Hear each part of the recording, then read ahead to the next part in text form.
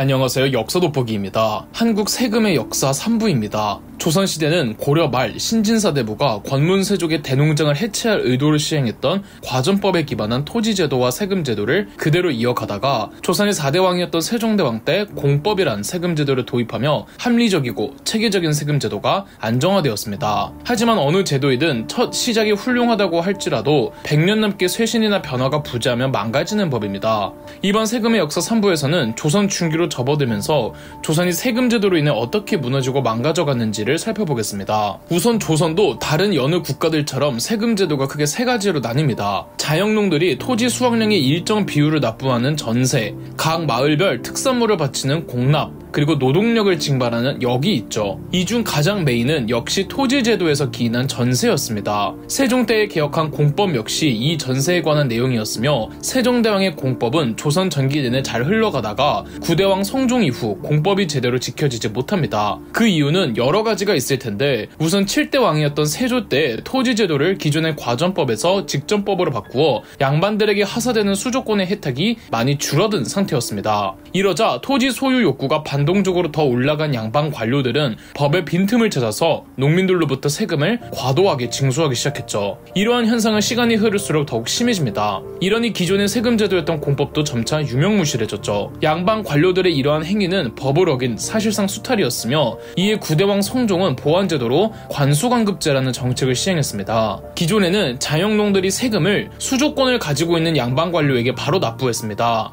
하지만 성종이 시행한 관수관급제로 인해 납세자는 국가에 먼저 세금을 납부하고 국가가 다시 양반 관료들에게 세금을 지급하여 중간에 국가가 끼므로써 공정의 투명성을 확보하려는 목적이었죠. 하지만 또 문제가 있었습니다. 그 과정과 절차가 지나치게 복잡하여 비효율적이었던 겁니다. 시간이 지나면 관리의 수는 점점 많아지기 때문에 수조권을 지급해줄 수 있는 토지가 부족해지는 건 어떻게 할 수가 없는 현상이죠. 거기다가 수조권자와 소유권자가 일치하는, 즉 세금이 면세되는 토지의 수도 많아지니 국가 재정이 약해지게 되겠죠. 이미 세종대왕 때 시행되었던 공법은 무시된 지 오래, 결국 1556년 13대왕인 명종 제위 11년 차에 수조권이라는 개념 자체를 없애버렸습니다. 그간 신라시대의 노급, 고려시대의 전식과 조선시대의 과전법과 직전법 등 관료에게 지급해주었던 수조권의 개념이 완전히 사라지고 그저 분기별로 급여를 주는 녹봉의 전면화가 이루어졌습니다. 그러니 이제 조선의 농민들은 국가에만 세금을 납부하면 되었습니다. 이렇게 전세로 인한 농민의 부담이 줄어든다고 생각했던 찰나 7년간의 임진왜란이 터지고 말았습니다. 임진왜란으로 인해 수많은 토지 문서를 잃고 농토는 황폐화되는 바람에 국가가 세금을 거두어야 하는 기본 자료들이 전혀 없고 세금을 납부해야 하는 농민들도 너무 많이 죽었고 토지도 엉망이 되어 생산량이 처참한 수준이고 임진왜란 이후 전세로 거두는 세금 수출량이 그 이전보다 3배가량이 줄어들었다고 합니다. 그래서 16대왕 인조 13년이었던 1635년 새로운 세금 제도인 영정법을 시행했습니다. 참고로 이때는 병자호란 직전입니다. 아직 병자호란이 터지기 직전이지만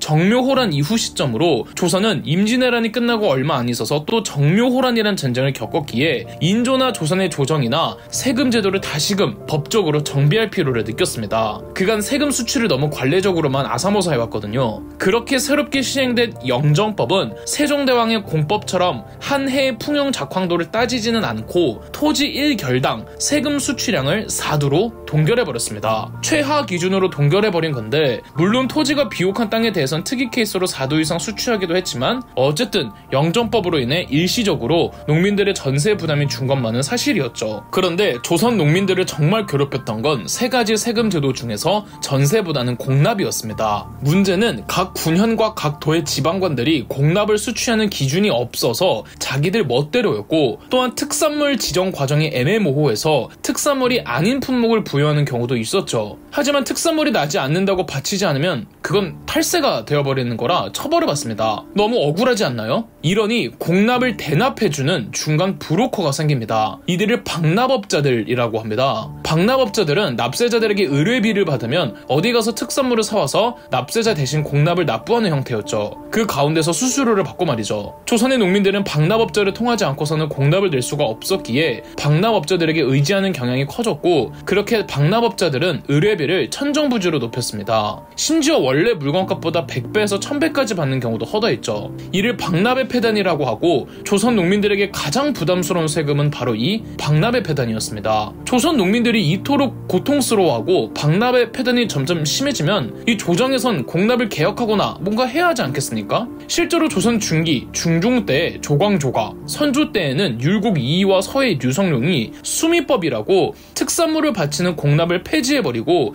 차라리 전세처럼 다른 명목으로 쌀을 납부하는 것으로 대체하자고 건의했습니다. 다만 받아들여지지는 못했죠. 그러다 임진왜란 직격탄을 맞고 전후 복구 사업을 해야 했던 15대 왕 광해군은 영의정 이원익의 제안에 따라 수미법을 시행하기로 합니다. 내용은 수미법과 큰 차이가 없었으나 명칭은 그 유명한 대동법이었죠. 공납을 폐지하고 대신 토지 1결당 12두의 쌀로 세금을 대체하는 것이었습니다. 만약 흉년이 들든 무슨 이유에서이든 납부해야 하는 쌀이 부족하다면 쌀 이외의 다른 미곡이나 옷감이나 동전 화폐로 대신 납부해도 되었습니다. 이전 공납의 부과 기준은 각 가구마다 부여하는 것이었는데 대동법의 시작으로 세금 과징 기준이 토지가 된 겁니다. 그러면 누가 반발할까요? 토지를 많이 가진 사람들의 세금량이 늘어났으니 양반 지주들이 반발할 수밖에 없겠죠. 더군다나 광해군 선선대왕이었던 명종 때 수조권 개념을 없앴잖아요. 양반들은 수조권이 없어진 마당에 이젠 소장농들로부터 받은 소장료가 전부일 텐데 세금을 더 부과하겠다고 하니 미치고 팔짝 뛸 수밖에요. 그래서 처음 광해군이 대동법을 시행했을 때는 경기도에 한해서만 시행했고 이 대동법으로 거두는 쌀을 보관하는 창고를 선해청이라고 해서 광해군 때의 대동법을 경기선해법이라고도 불렀습니다. 이후 대동법은 인조, 효종, 현종, 숙종 때에 이르러 무려 100년이나 지난 이후에서야 전국적으로 확대되었고 박납의 폐단은 완전히 없어졌죠. 대동법 확산에 불이 붙은 건 18대 왕 현종과 19대 왕 숙종 때였습니다. 이때 각각 경신대기근과 을병대기근이라는 조선 500년 역사상 유례없는 역대급 대기근이 일어나서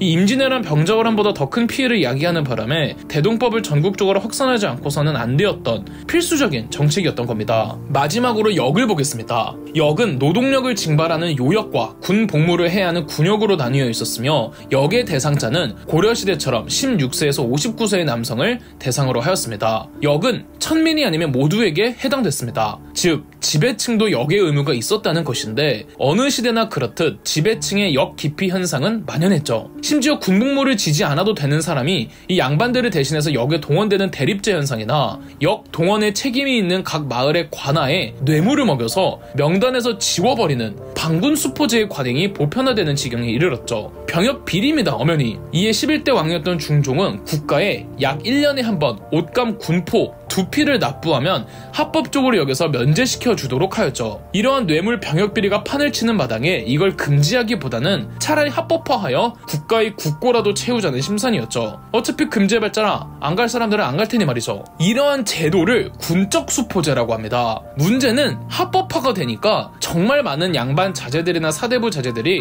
너도 나도 병역을 피하려고 했고 이러니 군사력 수 문제가 생기게 된 거죠. 기존 조선의 국방 시스템은 진관체제라고 이 진관체제를 유지하려면 병사의 수가 충분히 확보가 되어야 했습니다. 그런데 그만한 병사의 수가 이제 확보되지 못하니 줄어든 병사 수에 맞춘 새로운 국방 시스템 재승방략 체제를 실시했죠. 분량상 재승방략 체제를 세심하게 이야기할 수는 없지만 어쨌든 군사력 수가 부족한 상황에서 실시한 국방 체제였고 이는 외적의 침입을 받는다면 무너질 수밖에 없는 치명적인 한계가 존재하는 제도였습니다. 그래도 조선 조정은 큰 걱정을 안 했습니다. 조선 중기가 되면 조선 전기처럼 여진정벌하러 간다는 말도 없어서 큰 전쟁이 없었고 걱정을 크게 안 했거든요. 그러다가 임진왜란 맞은 거예요. 이러니 임진왜란 초기에 그토록 무너질 수밖에 없었던 겁니다. 하지만 임진왜란 도중 류성룡의 개혁으로 조선은 다시 되돌아왔고 조선 후기 조선의 군대는 대부분 모병제로 전환됐습니다. 그런데 모병제로 전환을 하니까 이 직업 군인들에게 나가는 군사비가 미친듯이 올라갔고 이러니 1년에 2필만 거두어야 하는 군적 수포제였지만 2필 이상씩 거두게 되었으며 중앙정부뿐 아니라 각 지방의 고을들도 그 이상씩 군포를 거두기 시작했죠. 지배층들이야 다 피할 방법이 있었지만 이 지배층들이 피하는 만큼 그 군포 부담은 고스란히 농민들의 몫이 되었습니다. 부패한 지방의 탐관오리들은 개인의 재산을 취하기 위해 군포 납부를 안 하고 입대하겠다는 농민들에게도 군포를 거두었습니다. 점점 농민들의 군포 부담이 증가하자 조선의 21대 왕 영조가 균역법을 시행해 법적으로 1년의 군포 한 필만 거두도록 보장해 주었죠. 그렇다면 모병제를 운영하기 위한 군사비는요? 왕실 비자금으로 오던 루트들을 전부 다 군사비로 충당을 했고 또 선무 군관포라고 하여 양방 고관 대작들에게 포를 기부받기도 했죠. 영정법, 대동법, 균역법 조선의 세 가지 세금 제도가 조선 중기를 거쳐 많이 망가졌지만 조선 후기의 단계적인 개혁으로 많은 폐단들이 해결되었습니다. 하지만 역시 모든 법은 특히나 세금 제도는 더더욱 관리가 소홀해지는 순간 엉망이 되는 법이죠. 조선이 이제 어떻게 멸망의 길로 가는지 4부에서 계속됩니다. 그럼 역사 돋보기였습니다. 저희 역사 돋보기가 멤버십 가입을 시작했습니다.